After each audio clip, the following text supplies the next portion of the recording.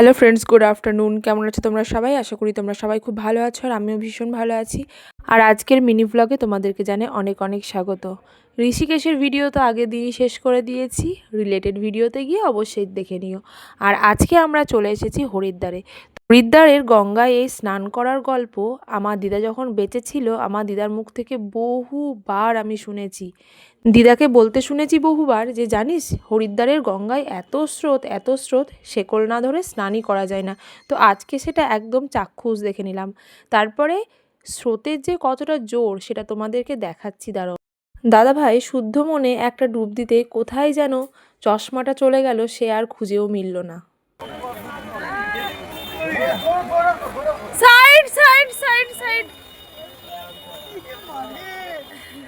আরেকটা হ্যাঁ হ্যাঁ চশমা দেয়নি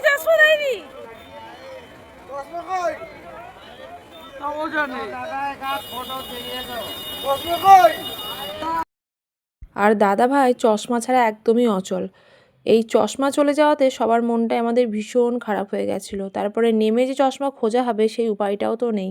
তোমরা দেখতেই পাচ্ছ জলের এতটা স্রোত। তারপরে স্নান টান করে এখানে আমার হাজব্যান্ড ওর বাবার নামে আর দাদা ভাইয়ের মায়ের নামে পুজো দিল।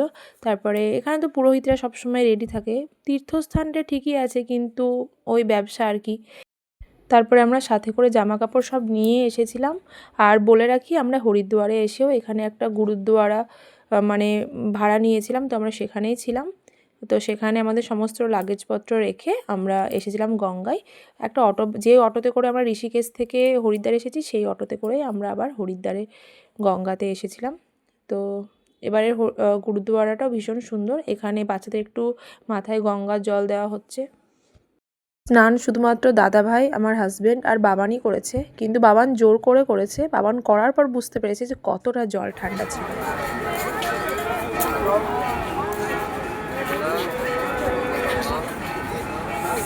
আমাদের গঙ্গা স্নান হয়ে গেছে।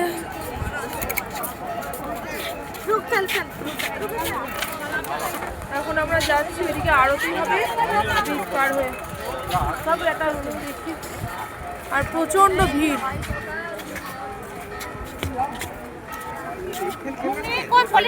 আসতে